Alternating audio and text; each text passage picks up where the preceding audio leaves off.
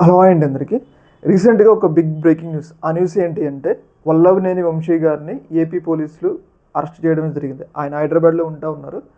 ఈ సందర్భంగా విజయవాడ పోలీసులు హైదరాబాద్కి వచ్చి ఆయన్ని అరెస్ట్ చేయడం జరిగింది. ఆయన్ని అరెస్ట్ చేయడానికి ప్రధాన కారణం ఏంటి అంటే గతంలో వైసీపీ అధికారంలో ఉన్నప్పుడు టీడీపీ కార్యాలయం మీద దాడి చేసిన కేసు ఉంది కదా, ఆ కేసులో అరెస్ట్ చేయడం జరిగింది. ముఖ్యంగా ఏంటి అంటే ఇప్పుడే ఎందుకు వల్లభనేని వంశీని అరెస్ట్ చేశారు అంటే మనందరం చూస్తూ ఉన్నాం.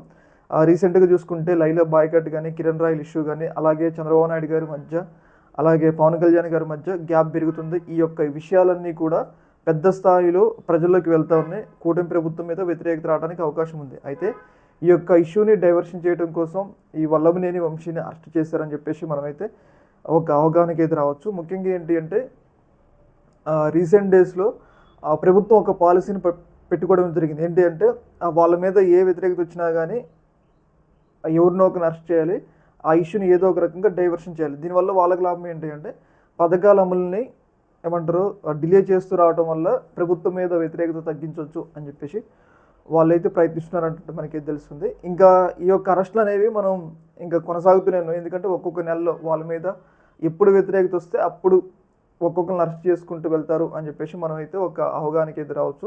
ఇంకా తర్వాత హిట్ లిస్ట్లో కొడాలి నాని, ఇంకా ఎవరైతే వైసీపీ నేతలు ఉన్నారో వాళ్ళందరినీ కూడా వాళ్ళ మీద కేసులు పెట్టి ఇబ్బంది పెట్టడానికి అవకాశం ఉంటుంది. ముఖ్యంగా ఏంటంటే వల్లభనేని వంశీని టార్గెట్ చేయడానికి కారణం ఏంటంటే ఆయన గతంలో చంద్రబాబు నాయుడు గారి భార్య మీద కొన్ని చేయకూడని వ్యాఖ్యలు చేయడం జరిగింది.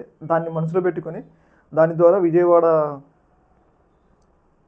టీడీపీ కార్యాలయం దాడి కేసులో అరెస్ట్ చేసినట్లయితే మనం ఒక అవగాహనకి ఎదురవచ్చు. ఏదేమైనా కానీ కూటమి ప్రభుత్వం మాత్రం ఈ అరెస్ట్ ఇట్లా చేస్తూ ఉంది. కాకపోతే భవిష్యత్తులో మరి వైసీపీ అధికారంలోకి వస్తే ఇంకా ఈ అరెస్టులు మరిన్ని పెరిగింది. ఎందుకంటే ఇప్పుడు వాళ్ళని అరెస్ట్ చేసినప్పుడు వాళ్ళైతే చూస్తూ ఊరుకోరు కదా, వాళ్ళు కూడా ఏదో కేసులో ఖచ్చితంగా అరెస్ట్ చేపిస్తారనమాట.